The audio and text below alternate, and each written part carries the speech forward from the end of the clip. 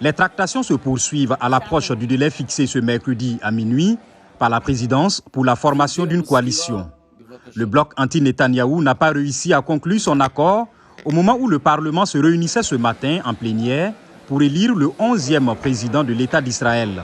Le travailliste Isaac Herzog, 60 ans, a été élu à cette fonction honorifique et dépourvu de pouvoir exécutif.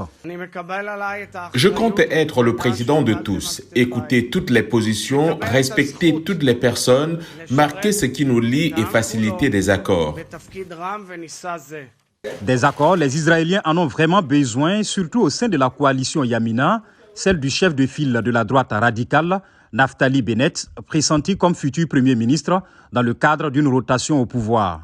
Statu quo dans le conflit avec les Palestiniens, relance économique, place de la religion, prétention ministérielle des uns et des autres, tout divise la coalition hétéroclite anti-Netanyahou, en dehors de sa volonté de faire tomber le Premier ministre.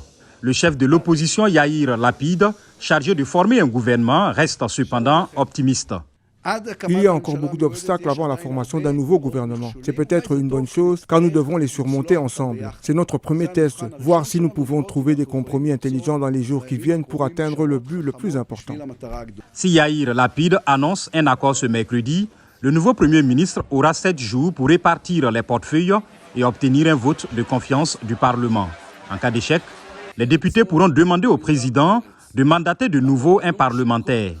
Ou ce sera le retour aux urnes pour la 5e fois en un peu plus de 2 ans.